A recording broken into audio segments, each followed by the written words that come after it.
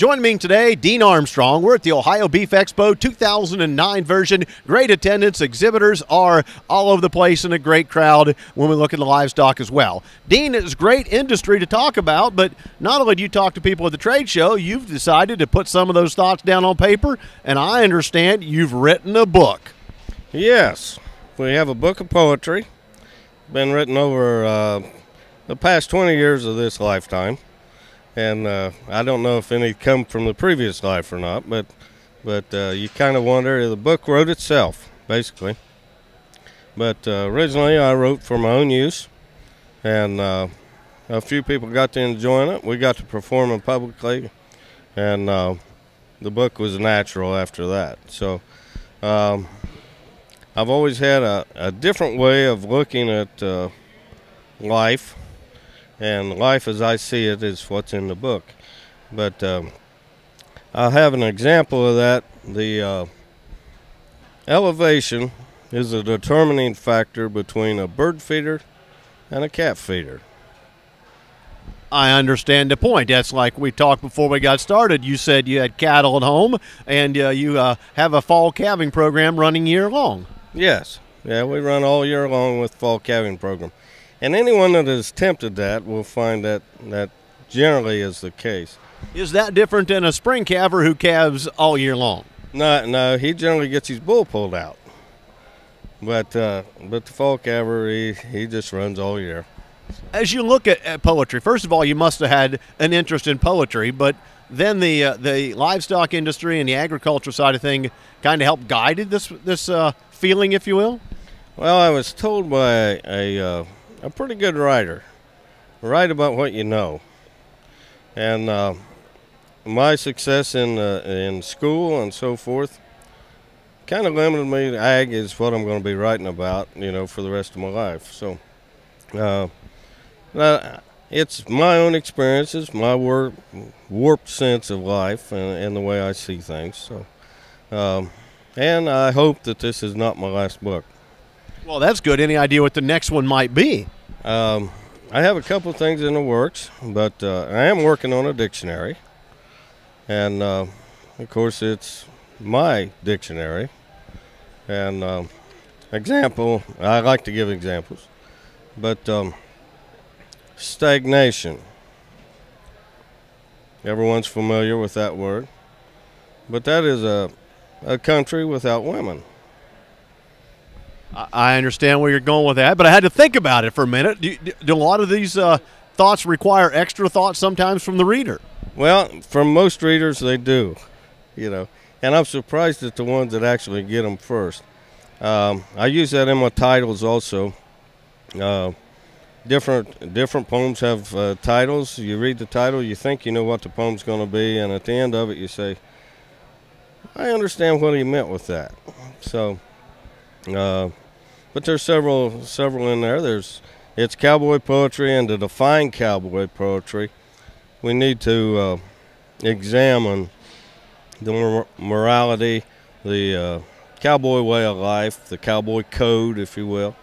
But so there's some moral aspects to it. Some of it is quite humorous, but also in the book is the poems that are meant to be read and have a moral context to them. Anyone with a big enough family and a good church congregation can be a successful writer. I've determined that with this book. So at that point, you observe and you make notes and put it back together later? Is that what you're saying? Yes. I used to rely on memory, and I've found that my remembrance isn't what it used to be. So, yeah, we make notes. A lot of times the last line of the poem is the first one written.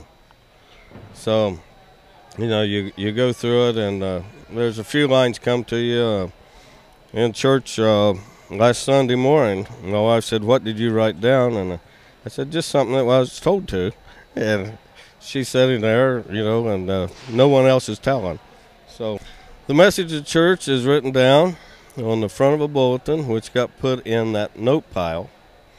There may be a poem there. There may not. I have started a lot more poems than I've finished.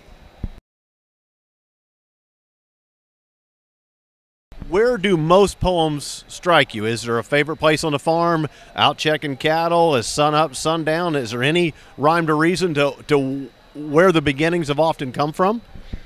The beginnings are generally, of course, always by myself. It can be behind the windshield, and that can be truck or tractor. It can be out checking cows. It can be, anywhere that I happen to see something, hear something. A lot of them has been written off a joke I've heard. This particular situation I've seen or witnessed, some fool thing I got myself into. So you really had a knack of things happen to everybody in life, and most of them come and go for most people. You've made a mental note of some of these, and maybe how they come back together becomes the concept of saying, then, I need to put this together in a way that makes some rhyme and reason because people later will appreciate it. Well, yes, basically. But as I said, I wrote from my own appreciation. And really, I never thought I had anything until a few guys wanted to hear it again, But a good joke you tell once, and you start to tell that joke again, and I've heard that. A good poem, I've heard this, but I want to hear it again, And that's the secret to it.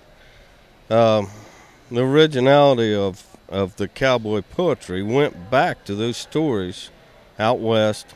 The years and years of cattle drives was about 3 years long. We've spent the last 100 years lamenting that. But those stories that were told in the cowboy fashion were put to rhyme for memory. And also the fact that you got a group of guys without any outside contact. So you have a bank of stories that you tell over and over and over. And to keep from being boring, it went into the rhyme. And the art of telling it became interesting as well. Oh, very much so. And there's cowboy gatherings that are very popular today. Elko in January. I just heard of another one in Arizona that sounds very interesting. About a week-long event. Locally down in West Virginia, there's some storytelling, a lot of long-winded lie contest and that so forth. But and they incorporate a little bit of my style of poetry. So where do we pick up your book and read your style and maybe wait for that next one to come as well? Right now, of course, myself, I try to keep a copy with me for sale. We have some local there, and I'm from Jackson, Ohio, and a lot of local stores there carry it. But if you can reach me through my home address, my cell phone, my home phone, email address. What is your email address? That might be an easy way for people to go. That would be a good contact, and I'll guarantee you I check that at least once a month.